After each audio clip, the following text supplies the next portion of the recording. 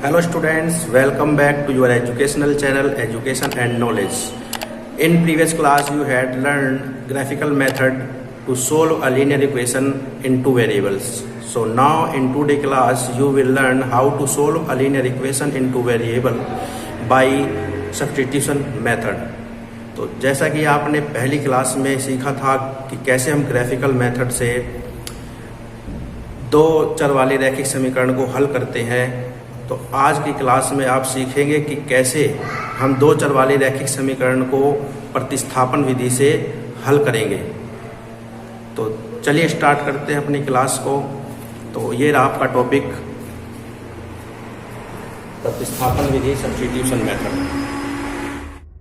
तो स्टूडेंट्स, ये है आपका टॉपिक प्रतिस्थापन विधि, सब्स्टिट्यूशन मेथड। तो सब्स्टिट्यूशन मेथड को सोल्व करने के लिए हम सबसे पहले दो समीकरण यानी दो इक्वेशन लिख लेते हैं, दो चर में रैखिक समीकरण का पेयर।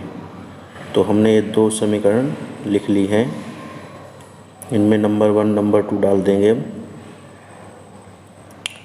सब्स्टिट्यूशन मेथड में क्या होता है कि हम किसी एक समीकरण में से x या y की वैल्यू को निकाल लेते हैं और फिर उस वैल्यू को दूसरी समीकरण में उसकी जगह पर पुट कर देते हैं। तो हम ले लेते हैं समीकरण नंबर 1 फ्रॉम इक्वेशन फर्स्ट। इस समीकरण को हम नीचे लिख लेंगे दोबारा फिर से एक बार, और इसके बाद हम यहाँ से निकाल लेंगे x की वैल्यू, क्योंकि x की वैल्यू निकालना आसान है। तो यहाँ से हमने x की वैल्यू को y की फॉर्म में कन्वर्ट कर लिया है। अब हम इस वैल्यू को पुट करेंगे इक्वेशन नंबर 2 में। तो put the value of x in equation 2। तो चलिए पुट कर देते हैं इसकी वैल्यू को। तो जहाँ पर x है वहाँ पर हम पुट कर देंगे x की जो हमने वैल्यू फाइंड की थी फर्स्ट में से, 19 - 8y plus 11y, bracket open, 19 दूनी 38 और 16y plus 11y is equal to 28। तो -16y और प्लस 11y ये हो जाता है आपका -5y, और जो हमारा 38 है उसको हम उधर ले जाएंगे तो ये हो जाएगा -38। अब -38 में से 28 तो -10। अब ये -5 जो है वो पहुंच जाएगा डिवाइड में।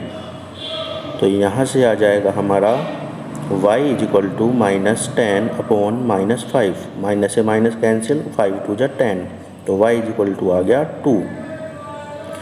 तो ये फाइंड हो गई हमारी y की वैल्यू। अब हम क्या करते हैं, इस y की वैल्यू को इक्वेशन 1 या 2 में से किसी में भी पुट कर देते हैं। तो चलिए हम पुट कर लेते हैं इसको इक्वेशन नंबर 1 में। तो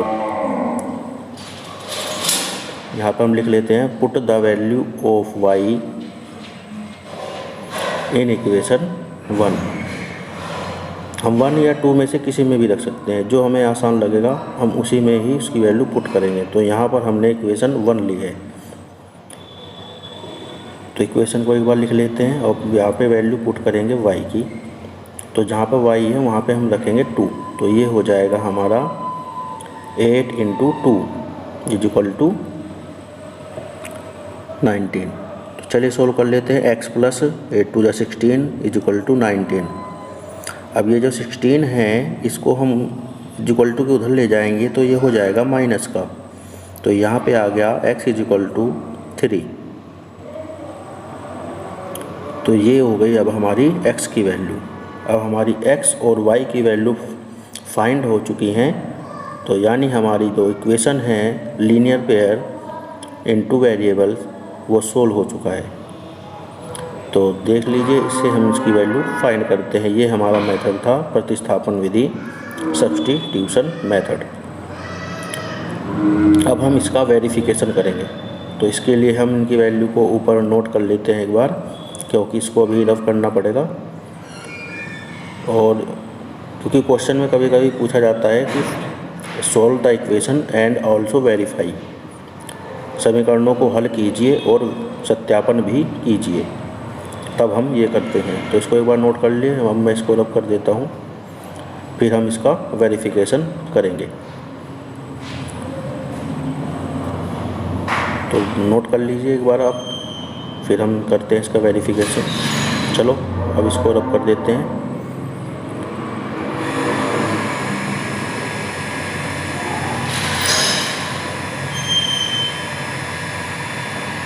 तो अब हम समीकरण 1 और 2 का वेरिफिकेशन यानी सत्यापन करेंगे, यानी लेफ़्ट हैंड साइड और राइट हैंड साइड को हम इक्वल दिखाएंगे।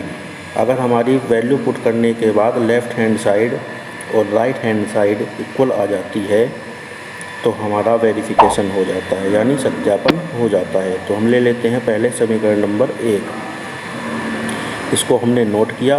अब हम यहाँ पर वैल्यू पुट करेंगे जो हमने फाइंड की थी, x इक्वल टू और y इक्वल टू जो भी हमारी वैल्यू थी। तो x इक्वल टू थी हमारी 3, तो हम पुट करेंगे x equal to 3, y equal to 2। तो चलिए देखते हैं वैल्यू पुट करने के बाद हमारा आंसर क्या मिलता है। तो 3 + 8 × 2 इक्वल टू 3 + 16 इक्वल टू 19। अब आपको दिख रहा होगा कि इस इक्वेशन के राइट हैंड साइड में 19 ही है और हमारा लेफ़्ट हैंड साइड भी 19 आ गया है। तो यानी ये इक्वेशन हमारी वेरीफाई हो गई है। तो ऐसे हम करते हैं वेरिफिकेशन, सत्यापन। तो ये था हमारा इक्वेशन फर्स्ट का वेरिफिकेशन, सत्यापन। अब हम करते हैं इक्वेशन नंबर 2 का वेरिफिकेशन।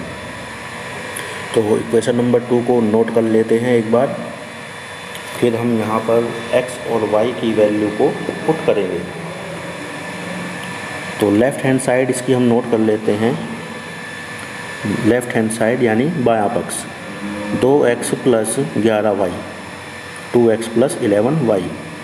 अब हम यहाँ पर पुट करते हैं अपनी वही x की वैल्यू, y की वैल्यू जो हमने सॉल्यूशन में फाइंड की थी। अब इसकी वैल्यू को पुट कर देते हैं। तो यहाँ पे आ जाएगा 2 × 3 + 11 × 2। तो इसको सोल्व करते हैं। 3 × 2 = 6 + 11 × 2 = 22। अब इसको जोड़ के आ जाएगा 28। अब आपको दिख रहा होगा इक्वेशन नंबर 2 में राइट हैंड साइड में 28 आया हुआ था और हमने लेफ़्ट हैंड साइड में भी 28 फाइंड कर दिया है। तो ये हो गया हमारा इक्वेशन नंबर 2 का वेरिफिकेशन। तो इस तरीके से हम करते हैं इक्वेशन का वेरिफिकेशन।